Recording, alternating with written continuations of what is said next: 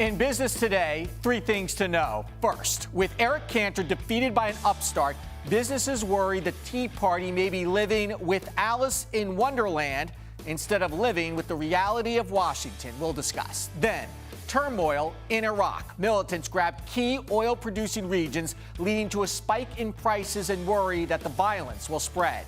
And World Cup kickoff. Is Brazil ready? How about the players? And what about the impact on South America's biggest economy? Arisexchange starts now.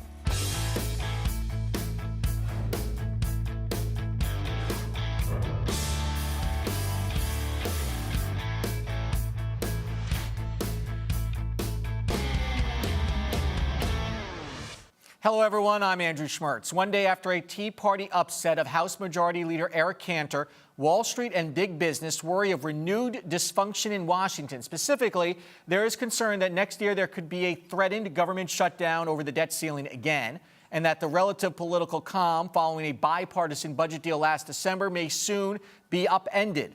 Are there real threats to Wall Street and business or just media hype? Sam Fulwood is with the group American Center for American Progress. Excuse me, Sam. Welcome to Arisexchange. Thank you for joining us. Happy to be with you, Andrew. The first question is this was just one race, and it was one congressional district, and it certainly was a historic defeat, but are we overall reading way too much of it from a national perspective? Well, I think we are, if you go by the overnight shock that people had from this, because this has never, ever happened before, where a majority leader is lost in a primary. People really did overreact and started to impugn a whole lot of national image to this. There are different places in the country. Each congressional district is almost an election unto itself, and I think we can't judge too much from just one electoral district. Yeah, and there's some questions as to whether Cantor really lost because he simply was not in the district on the day of the primary. He was elsewhere. Well, I think it went before the day of the primary. I think it was that people in his district felt that he had lost touch as he was seeking more to be a national figure rather than a representative of Central Virginia. And now you say that there's, quote, the Tea Party with a capital T and a capital P, and there's the little Tea Party. Can you describe to us the difference in what you mean? Well, I think that there is a national movement that's called Tea Party, but really it just comes down to the individual districts. And in his particular district, I think people were concerned that he was not leading, and I don't think we really can impugn anything beyond that. There are elections in other places, in South Carolina, for example, where Lindsey Graham was able to win, and despite a large Tea Party challenge. And now the question, of course, that people in Wall Street and businesses have, and big business spent a lot of money to defeat Tea Party candidates and have been doing this cycle, is whether they're going to take the attitude that they had last year and put it on the next Congress and create really a bottleneck, meaning that any sort of compromise, and there's hardly any compromise, but there's a little bit in Washington right now, may go away. It doesn't take much to keep compromise from happening in Washington. And what we have seen essentially over the last 6 years is that almost anything that the administration proposes, a small number of Republicans have been able to stymie the whole organization from moving forward. I don't see any change in that in the short term. And Sam, so therefore, do you think that there is a threat to business and big business in general, that they're going to be facing more dysfunction in Washington, meaning even though this was one race, that the national GOP in Congress is going to simply dig its heels in on other issues?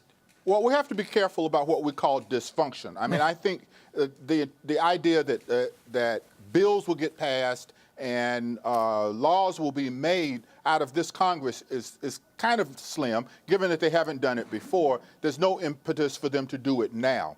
But to the people who support these Congress people, that isn't dysfunction.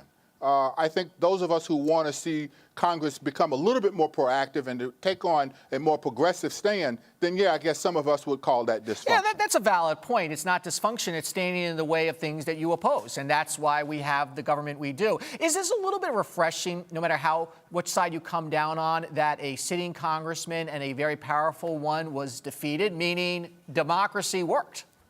Oh, I think that there's no question that democracy works, because one of the real takeaways from this is the large amount of money that Representative Cantor had. More than $5 million. More than $5 million. He was able to lose against a candidate who spent less money than Cantor spent on his steak restaurant bills. A very rare defeat, and it maybe says something about campaign finance laws that maybe money doesn't always win out. Money doesn't win if it doesn't translate into activism and getting people charged up to vote. I think what was really the takeaway from this is that if you have a dedicated group of citizens who feel a particular way, if they band together, they can bring change. This is change. What are you looking for in Congress coming up in the fall? The Republicans going to extend their lead in the House and take over the Senate? Oh, I'm not one to make predictions on how votes will go. I'm excited to see how this all turns out, but I'd be the last person to try to predict what the will of the public is going to be in terms of voting. Okay, Sam Fulwood with the Center for American Progress. Thank you so much for your thoughts today. Thank you. U.S. stocks fell today over concerns about the consumer and job markets as well as oil prices because of the situation in Iraq. U.S. retail sales rose less than expected, according to the Commerce Department, growing by only 0.3% in May. And the Labor Department says claims for state unemployment benefits climbed by 4,000 to 317,000 for the week ending June 7th. Let's take a look at the final numbers on Wall Street. The Dow Jones Industrial Average sliding again, down 110 points to 16,733. The S&P 500 off by 1378 to 1930. And the NASDAQ down by 3430 to 4297. Taking a look at some of the top stocks we're watching today, Twitter's chief operating officer announced by a tweet that he is stepping down. The move comes after reports surfaced saying there was tension at the company over lackluster growth and user growth, and employees being unhappy about large sales of the stock of his stock in the company. Twitter up $1.25 to $36.79. Starbucks is teaming up with Duracell to offer built-in power mat table chargers. More than 100,000 power mats will be installed in Starbucks' 7,500 company-owned stores in the U.S. Starbucks trading down 84 cents. A former 48-year-old senior executive at Walt Disney has filed a discrimination suit against the company after he says he was unfairly fired because of his age and replaced with a 26-year-old employee. Walt Disney down $1.37 to $82.94. And taking a look at commodities, gold closing at $12.7380 an ounce, and oil closing at $106.73 a barrel. We'll talk more about oil in a moment. A militant group in Iraq vows this evening to march onto Baghdad after seizing two Sunni-dominated cities. The surprise assault raising fears that the Iraqi government may not have the power to slow the uprising. The brazen attacks by the al-Qaeda-inspired group is threatening Iraq's oil supply as well, leading to a worldwide spike in petroleum prices. We have this report from David Pollard. A man in a mask pledges a new Sunni state, telling the crowd Iraq will be sacrificed in the process. It's amateur video and can't be verified, but these pictures offer a glimpse of a new threat. Islamist fighters from an al-Qaeda splinter group are redrawing the map of northern Iraq, in a matter of days seizing Mosul, Tikrit and surrounding the Beiji oil refinery, the country's biggest. What's happening in Iraq at the moment is raising concerns about the country's territorial integrity, whether or not these ambitious plans that the country has to raise oil output by millions of barrels a day in the coming years will ever be realised if the country sort of splits apart. Those worries helped push Brent crude futures to a 3-month high above $111 per barrel. Turkish stocks also suffering after militants took around 80 Turks hostage in Mosul. Though the overall impact so far is muted, says Carsten Bezeski of ING. We've seen so many geopolitical risks over the last couple of months that they have been weighing sometimes on sentiment. But if you look at the recovery ongoing in the Eurozone, none of these geopolitical risks were really able to derail the recovery. For now, markets wait to see what action Baghdad might take. Its military appears little able to deal with the advance. Kurds in northern Iraq may also seize the opportunity to push their own separatist agenda. Latest reports say they've taken control of Kirkuk, itself a major oil reserve. Vast shale wealth in the US has helped keep a lid on long-term oil prices, that and the prospect of greater supply from Libya and Iran, though they haven't come through yet. In the short term, we're seeing this sort of growing number of outages. First of all, we saw South Sudan, then Libya, then Nigeria. Iran's oil has been kept, largely off the market by sanctions, and now we're seeing mounting problems in Iraq. All of which means that you can see lots of oil in future, but in the near term, the market remains, fairly balanced. Thousands are fleeing the Islamist advance, these families leaving Mosul for shelter in the Kurdish city of Arbil. As for the militants themselves, many now fear their next stop will be the capital, Baghdad. To talk more now about oil and the other economic news of the day is Landesman, president of Platinum Partners. Welcome back to Arisexchange. We have always been saying that the risk to the market is sort of global instability and surprises out there. And boy, this is a surprise, isn't it, what's going on in Iraq? Yeah, I mean, I think it's a pretty big surprise. It'll be interesting to see whether it actually entails production disruption. If it does, that obviously will force oil prices up and probably force global equities down. So what we're seeing right now with the spike in oil prices, basically just a future look, worry that it's not based necessarily in production being cut off just yet? Yeah, I mean, I think it's discounting the likelihood of some chance of some production being off for some period of time. And so if the situation gets worse, what happens if oil prices spike then to the markets overall and to the economy? Yeah, I think the global stock markets, which I think are kind of looking for an excuse to go down anyway, will seize on that. And then how long that lasts will depend, really how long the production stays off, if at all. Are we seeing a slide off over the last couple of days over this oil issue, or is it simply an excuse, like you say, to drive down the valuations a little bit, which have been getting up there? I mean, I think it's a number of factors, some of which you've covered. I think the Cantor loss kind of shook things up. Been a couple of weak pieces of economic data. What's going on in Iraq? Just the market clearly was discounting about zero bad news, and investors were thinking like nothing can ever go wrong, and suddenly, well, 3 or 4 things have gone wrong in 2 days, and so it was sort of a brisk slap in the face. Yeah, you say that the market has priced in perfection. Yeah, I mean, I think when you look at valuations, when you look at the fact that there's basically this market's been straight up for about over the last 50 months. It is probably time for some kind of retrenchment. And ironically, for the long-term health of the market, probably a sharp correction would be really good, providing then a springboard off the trampoline, if you will, for the next leg of growth. Isn't it the time for investors to get really worried when you just say that they expect everything to be going well, because nothing is really going well when you look at the whole economy and the whole world out there? Yeah, so I think what's been supporting U.S. equities in particular is an unbelievably accommodative Fed, level of mergers and acquisitions in really throughout the market, but especially in the large cap space. And frankly, the biggest thing is the lack of alternatives. People don't want to hold cash, and so where else are you going to go? And and the interest rates are so low that you can't put them really in bonds. So you're concerned still about the fundamentals, basically, what's been driving this market. Right. So I think that earnings growth is going to be hard to come by. I think the market's discounting too much growth. I think the likelihood is that there's going to be more bad news than people are discounting. And I think eventually the market's going to realize that. We asked our previous guest about the risk of the sort of stalemates in Washington and whether that's either positive for businesses or negative for businesses. Is that now starting to become a real concern again? Well, I think what's a real concern is that the Republican Party appears completely split. And so while they appear to be on the verge of significant gains in the midterm elections, I now think they'll probably be lucky to hold on to what they did if they have a number of weak Tea Party candidates put up there against the Democrats. And what is Wall Street and businesses hoping to see then? Yeah, so I think a stalemate in Washington is pretty good for business.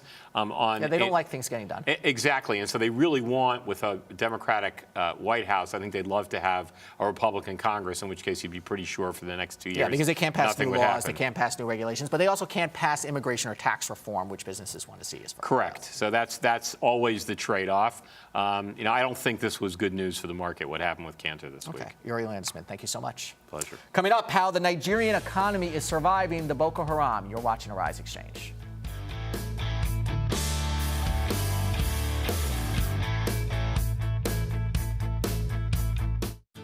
I don't think the television news in the United States reflects the diversity of the world. I don't think it does a great job of even reflecting the diversity of the United States. When you are watching TV, you don't really see a lot of different cultures. There are plenty of other places that people might not even know about. We are living in a global culture, and you cannot hide news that is happening when there's so much social media. Arise News, every culture, every angle.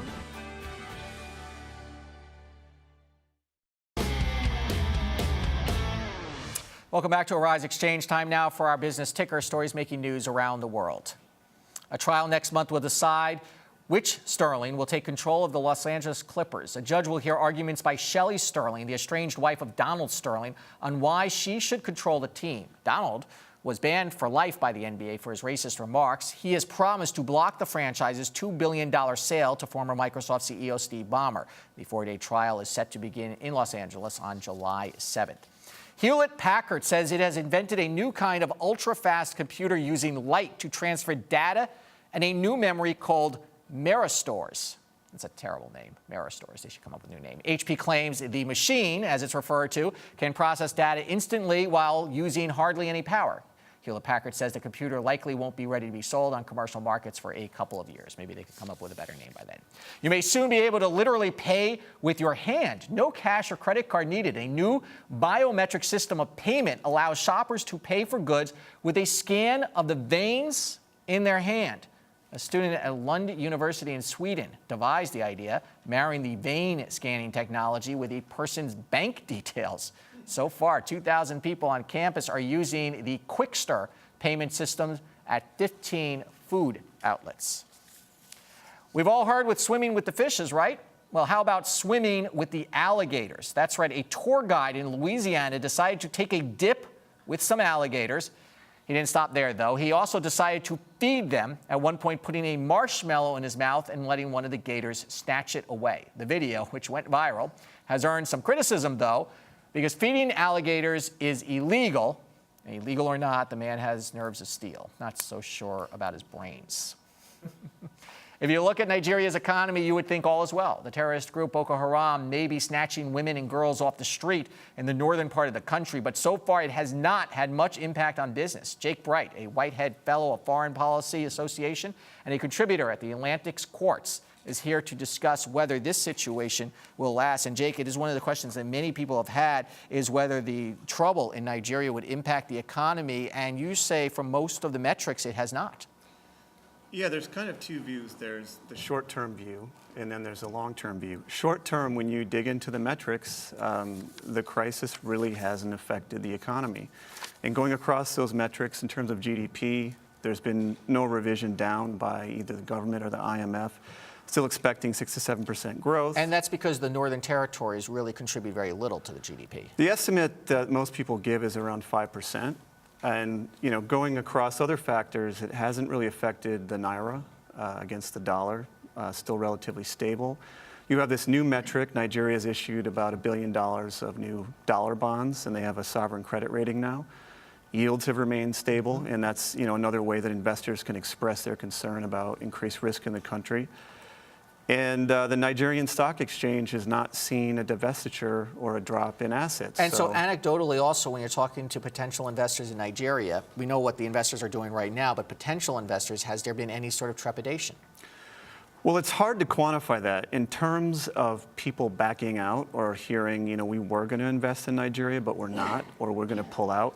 No, but this is where you start to get into the long-term view, in that while it may sound a little insensitive to the gravity of what happened, when you get into what happened, it's instability connected to Boko Haram in the north. And a lot of, even though the scale wasn't expected and how tragic this is, a lot of investors had already factored in that, instability related to Boko Haram in Nigeria was already there. But there's got to be some concern about the competency of the Nigerian government, and that does relate to financial-related issues. I mean, you have the oil money, which is still under investigation, some $20 billion that is unaccounted for, and then you have this militaristic issue going on.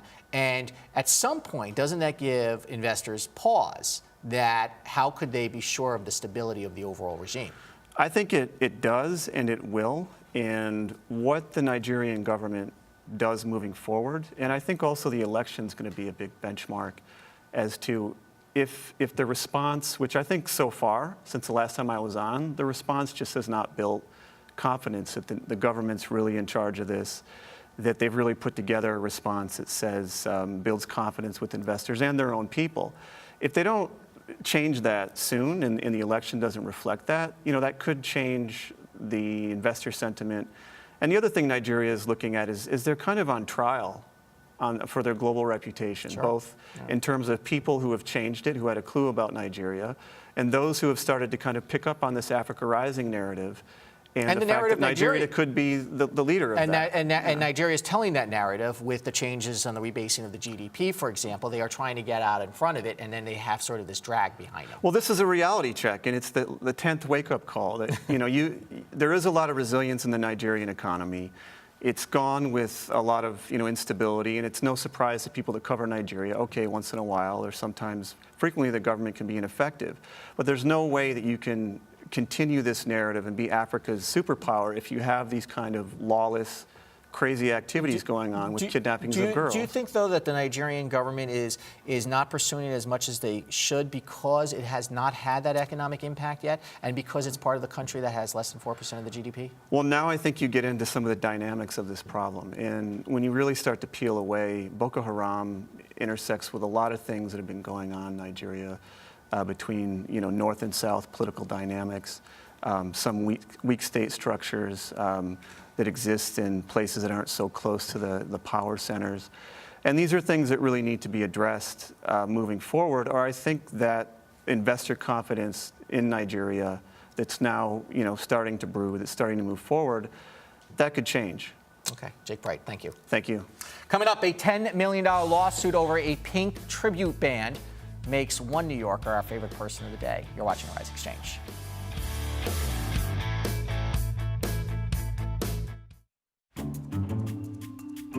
Looking at mainstream news stations where only you have a very small minority of people of color being newscasters and actually having prominent roles in the media.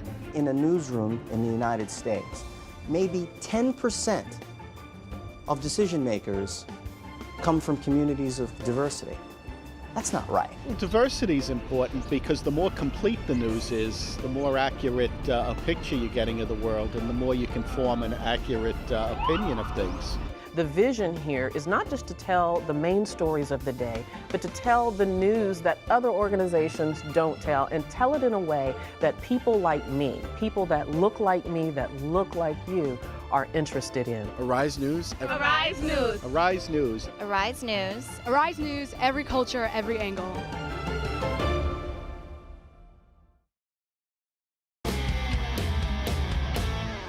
Time now for our favorite person of the day, when we pick one person who grabbed our attention and not for the right reasons. Today, it is a Long Island lawyer who is suing a 40-year-old singer who he claims ruined his plans to create a Pink cover band because she's, quote, too old and too ugly. And he's suing her for $10 million. Talk about blowing me one last kiss. Lawyer Charles Bonfante dreamed of starting the Pink tribute band when his partner in the venture hired Colette McLafferty as the lead singer. She's basically a lounge singer from New York's Lower East Side. McFlattery was paid $75 to perform Pink songs at a Long Island bar. Now, Bonfante, who claims he was once a drummer for Michael Bolton, so he must know something about music, says McLafferty ruined his whole plan because she's, quote, too old and too ugly to be Pink, and that she can't carry a tune. So he wants her to pay him $10 million because his idea was such a great one to begin with. Raise your glass to our favorite person of the day, Long Island lawyer and bully, Charles Bonfante. Next, the World Cup kicks off in Brazil, but so far all the action is on the streets. You're watching Arisexchange.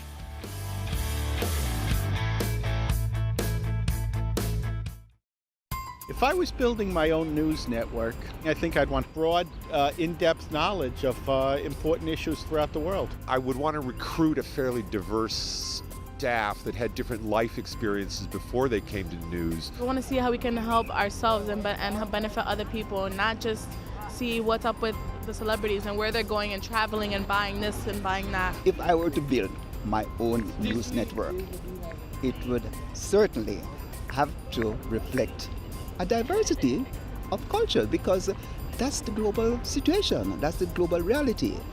I would probably bring a lot of personal stories, really personal stories from the leaders of all countries. If I was to build my own news network, I would just have people from all over who are very connected and diverse. Provides news, every culture, every angle.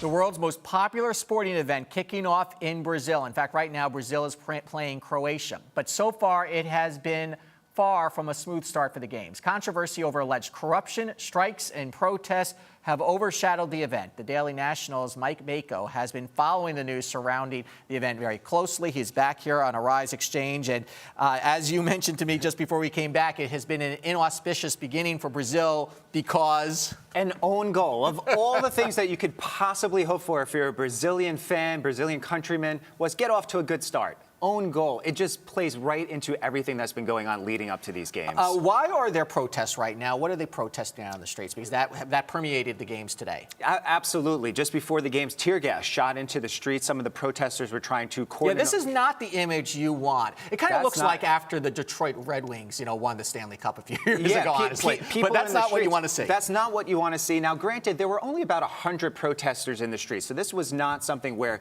the entire area around the stadium was cordoned off with people. So this is about 100 people. But the image that you're seeing there, tear gas and plastic bullets, rubber bullets being shot at the demonstrators. There was even a CNN camera person that was hit by one of these bullets and by the tear gas. So this is not the media message you want to get out. Is it fair, though? I mean, because you said there was only about 100 people protesting, and maybe there was an overreaction by Brazilian police force. But is it fair by the media to really be focusing on that? I think what you're seeing is that this was something that was going on all the way up to this moment. So now, granted, this was 100 people, but they've had protests where there have been hundreds of thousands of people in the street protesting against this. When all is said and done, Brazil loves its football. It loves its players.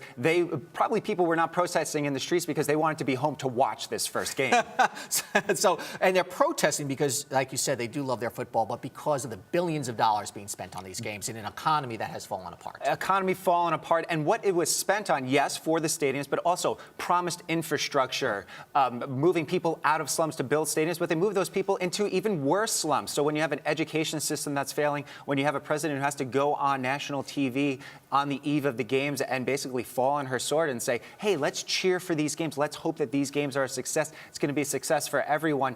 That's not what we're seeing with these games. Where do they stand right now with the stadium and with the infrastructure?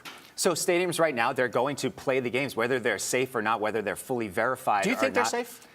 I would not want to be at the upper reaches of the main stadium in Sao Paulo, 80,000 people that they're going to cram in there. They hosted a game earlier over the weekend where they only allowed 40,000 people in there. So they may be safe from a structural standpoint, but you don't really know what's going to happen once they get all those people in there. Again, this is going to be overcome if the games are a success and if the matches are exciting. Absolutely. As long as the matches are exciting, if Brazil goes even further, get some of that national pride going, but as long as the games are a success, and even if the games aren't that great, people are so invested in this. People are taking off from work. It's almost a world holiday. Here in the States, Super Bowl is a holiday. This is the world's holiday. If people are taking off from work for the next 2 weeks, that can't be good for the economy. That can't be good for the economy in specific, Brazil, Spain, Germany, Italy. It's almost built in that they know that every 4 years, people are just not going to be in the streets, not in the cafes. They're going to be watching. Do you think Brazil has been sold a bill of goods in getting these games? I think every country, every nation that goes after these games or the Olympic Games is sold a bill of goods. The bill coming due to FIFA is in the billions of dollars in terms of revenue coming in from TV and different entities and sponsorships. None of that money, very little of it, funnels down to Brazil. They're really hoping for tourism to drive and national recognition to drive people to make up their money. 30 seconds left. There's a call for FIFA's president to quit over the situation of Qatar and the alleged bribery scandal going on there. Is he going to step down? I don't think so. I think he's looking at this as his mandate and his platform to say he can be the one that cleans up FIFA. He has not demonstrated any ability to do that. Yeah, well, he created the mess. So some would argue. Mike Bako, thank you so much. Tomorrow on Arisexchange, we're going going to take a look on the ongoing debate over tenure for schools and their teachers. Now for another look at the markets. Dow Jones Industrial Average falling by triple digits, 110 points to 16,733. A lot of concern over the spike in oil and what that might mean for the equity markets and the world economy as well. I'm Andrew Schmertz. Thanks for watching Arisexchange. We will see you back here on Friday.